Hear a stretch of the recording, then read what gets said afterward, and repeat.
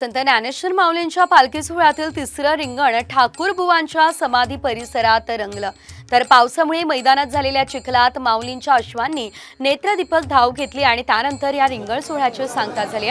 रिंगण संपल्यानंतर वारकऱ्यांकडून वेगवेगळे खेळ खेळून आनंद व्यक्त करण्यात आलेला आहे।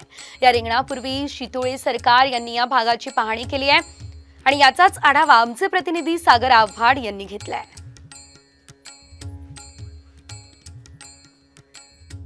ज्ञानोबा माऊली तुकाराम म्हणत अनेक वारकरी वेळापूरचा मुक्काम सोडून आता ठाकूरबुवाची समाधी या ठिकाणी रिंगणासाठी आलेले आहेत आणि रिंगणाची तयारी पूर्ण या ठिकाणी सुरू आहे।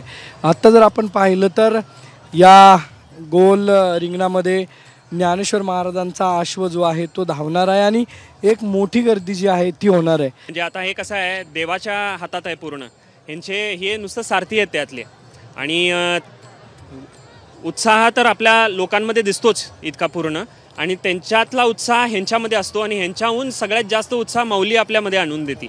म्हणून हे सगळं जे काही कार्यक्रम आहे हा आपण देवाच्या वाटेवरती जात असताना आपल्याला एक ऊर्जा देण्याचा कार्यक्रम असल्यामुळे ह्याच्यात आपल्याला नुसतं एकच असतं की देवाच्या वाटेवरती आपण चाललोय, छान सुखरूपेनं आपण त्यांची वाट पार पाडू। काय आनंद वाटतो, ही सेवा माऊलींच्या चरणी असंच सुरू राहावी हीच इच्छा, दुसरं काय अजून मागतात। कॅमेरामॅन आदर्श कटकेचा सागर आव्हाड, साम टीव्ही, ठाकूरबुवाची समाधी, वेळापूर।